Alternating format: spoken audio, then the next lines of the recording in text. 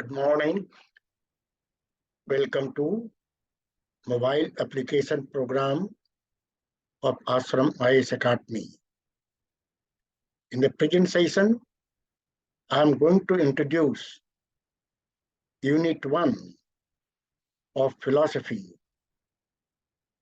which covers ancient and modern Western philosophy. It starts with Plato and it ends with Kant. Now, according to Plato, idea is the ultimate reality. The idea is defined as a common quality of all members of a class. For example, manliness is an idea because manliness is a common quality of all men of the class man. Now, idea, according to Plato, is objective in its status. Again, it is many in number. An idea is a substance because it is a reality. Again, idea is immutable, imperishable, and permanent.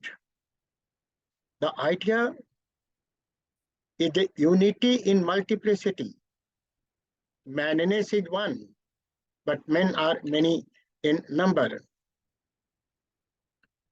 Ideas are non-spatial and non-temporal.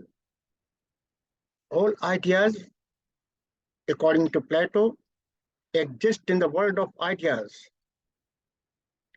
Ideas, according to Plato, are not known by perception. They are known by reason. Things and beings of the world are mere copies and shadows of ideas. Now, next philosopher comes Aristotle. Now, according to Aristotle, form and matter are two basic concepts. And it is on the basis of these two concepts that Aristotle claims to explain the world. Now, the form is the shape, the size, and the organization of a thing. The matter refers to the atom. Now, the relation between form and matter, according to Aristotle, is that of inseparability. They cannot be separated. They are inseparable.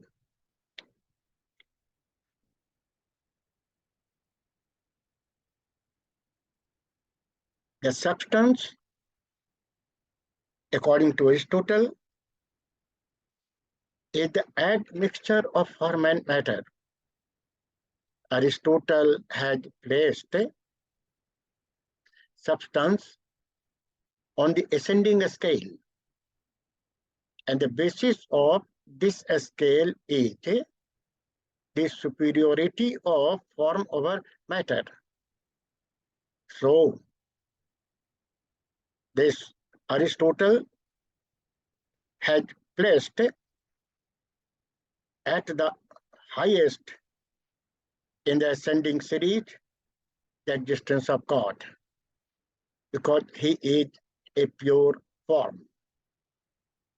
Aristotle rejects the theory of ideas as a substance according to Plato.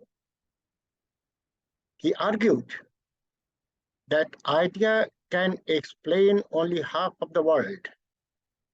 Idea represents consciousness. So idea can explain only living beings of the world. But idea cannot explain non-living things of the world. Similarly, matter can explain only half of the world. It can explain only material things of the world, but it cannot explain living beings of the world.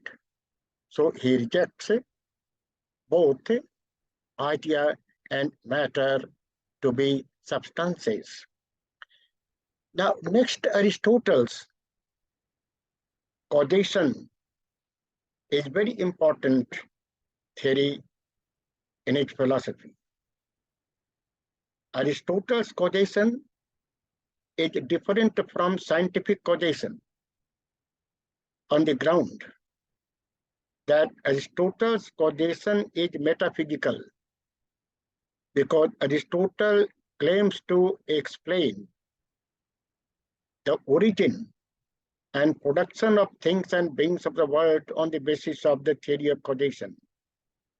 Whereas scientific causation is epistemological, because it simply gives some information about certain state of affairs. There are 4 causes according to Aristotle. The first is material cause.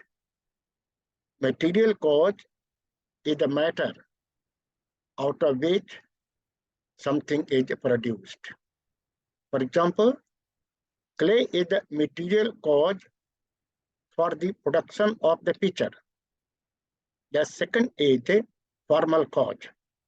Formal cause is the form of the object. Efficient cause refers to the motion and change in the production of a thing. And the final cause, according to Aristotle, is the purpose for which the production is made. Now, Aristotle has reduced all these 4 causes to 2. First, he reduces final cause to efficient cause, and then efficient cause to formal cause. So ultimately, there remain only 2 causes, formal and material. Out of these 2 causes, Aristotle derives 2 basic concepts of form and matter. Now, next comes the rationalistic trend in philosophy. And this rationalistic trend begins with Descartes. Now, Descartes is called the father of modern philosophy. The reason is that after Aristotle, it was for the first time that Descartes could present philosophy in a technical form. What does it mean to say technical form? This means that Descartes, like Aristotle, started presenting philosophy with all 4 branches of epistemology, metaphysics, ethics, and logic. So we find that on account of this, he is called the father of modern philosophy. Now, when Descartes enters into the realm of philosophy, then he finds that philosophical ideas are either false or misleading. So Descartes decides to introduce mathematical method in philosophy with the hope and with the aim to obtain certainty in philosophy. And when he applied mathematical method to philosophy, then he finds things to be not clear and distinct. Clear and distinct is one of the criteria for the truthfulness, for the validity of statements and things. Since Aristotle never found things to be clear and distinct, so he started doubting each and everything of the world. But in the process of doubting, he comes to a point where he obtains one certain statement, and that certain truth and statement is cogito ergo sum. Now, on the basis of cogito ergo sum, Descartes claims to prove the existence of self. Now, Descartes accepts a substance as a reality, and he defines a substance as that which exists by itself and which is conceived by itself. Now, here are two substances. According to Descartes, they are mind and body. Descartes explains living beings of the world on the basis of mind, and he explains non-living things of the world on the basis of body. Descartes proves the existence of God on the basis of the idea of God. He argued that we all have an idea of a perfect being, but this idea can be the idea of a perfect being only when some being actually exists. So, on the basis of this argument, Descartes proves the existence of God. And then, on the basis of the existence of God, Descartes proves the existence of world. He argued that world is the creation of God, and God is real and existent. So the world is also real and existent. Now, next rationalist philosopher is Spinoza. Now, Spinoza's philosophy is called pantheistic philosophy because Spinoza holds that God and world are identical. He said that all is God and God is all. Unlike Descartes, Spinoza accepts only one substance, and he argued that if there will be two substances, then each substance will try to limit other. As a result, substance will become limited. Spinoza said that every determination is negation. By this he means that if we ascribe any quality to substance or God, then we will deny its opposite. And that way, we will limit God or substance. So he says, every determination is negation. Now, substance is the basis of the world because it is the nature of substance to modify. Even it is not in the power of substance to stop modifying. So the world has to come. The world is bound to come into existence as a modification of the substance. So we find that when world is bound to come, then Spinoza says that there is no freedom in the world. It is determined. It is a modification of substance. Spinoza defines attributes as essence of substance. According to Spinoza, there are two attributes, thought and extension. Spinoza explains living beings of the world on the basis of thought. And then he explains non-living things of the world on the basis of extension. Then Spinoza shows the relation between thought and extension, which represent mind and body. And he says that both thought and extension function in parallel. So his theory becomes the theory of parallelism. Spinoza defines mode as the modification of substance. And he said that things and beings of the world are finite modes. Now, next comes Leibniz. According to Leibniz, monad is the ultimate reality. Monad is defined as mental atom. Monads are many in number. Things and beings of the world are made of monads, according to Leibniz. Now, things of the world are made of sleeping monads. Human beings are made of conscious monads, and God is made of supra-conscious monad. Leibniz holds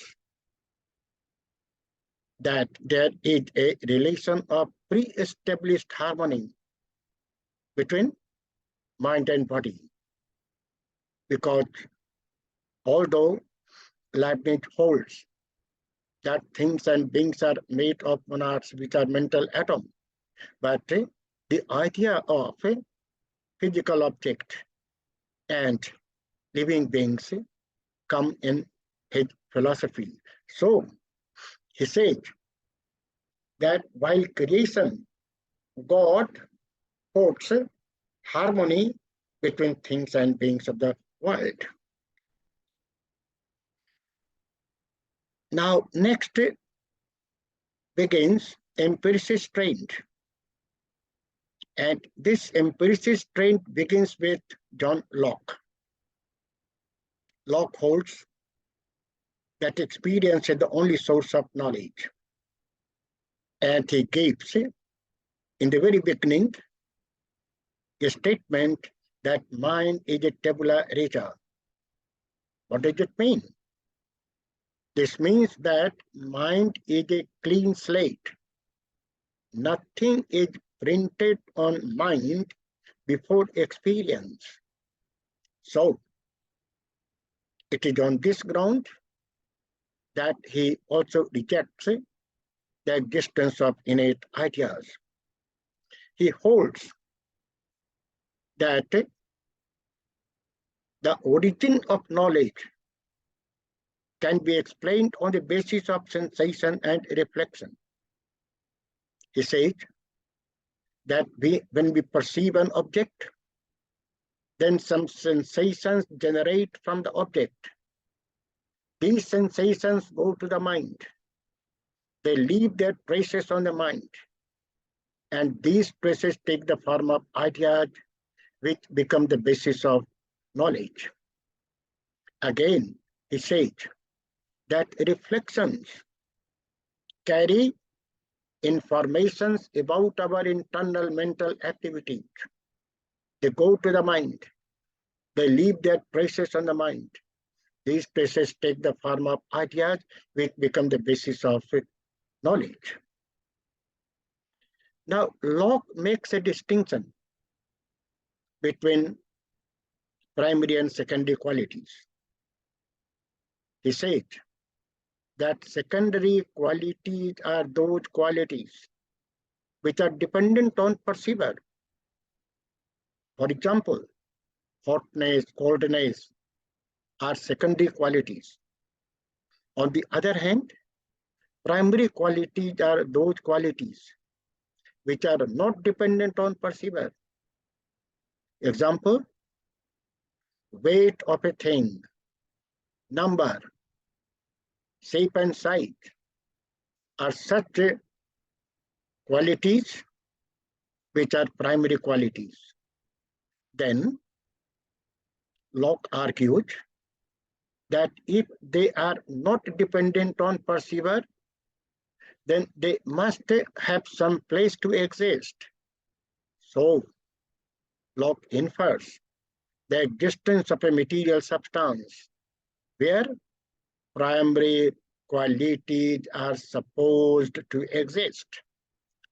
Now, Locke rejects the theory of innate ideas on the basis that had there been innate ideas, then every human being must be conscious of them. But this is not the case. The insane, the children are not conscious of such ideas. So, there is no existence of innate ideas according to Locke. Next, empiricist is Berkeley. Berkeley also holds that experience is the source of knowledge. But in his metaphysics, Berkeley holds the theory of subjective idealism. He maintains that ideas are ultimate realities, but these realities are dependent on the perceiver. It is on account of this that his theory becomes the theory of subjective idealism. Berkeley, however, accepts the existence of physical objects. What he denies that physical objects are made of matter. This he denies. What he says, that physical objects are made of ideas. He also rejects the distinction between primary and secondary qualities in order to reject the existence of material substance propounded and established by Locke. Then Berkeley, in his epistemological position, gives an important statement, esse est percipi. This means existence is perception. Existence of a thing depends upon its being perceived. He proves this statement by arguing that an object is a collection of qualities, and qualities are dependent on the perceiver.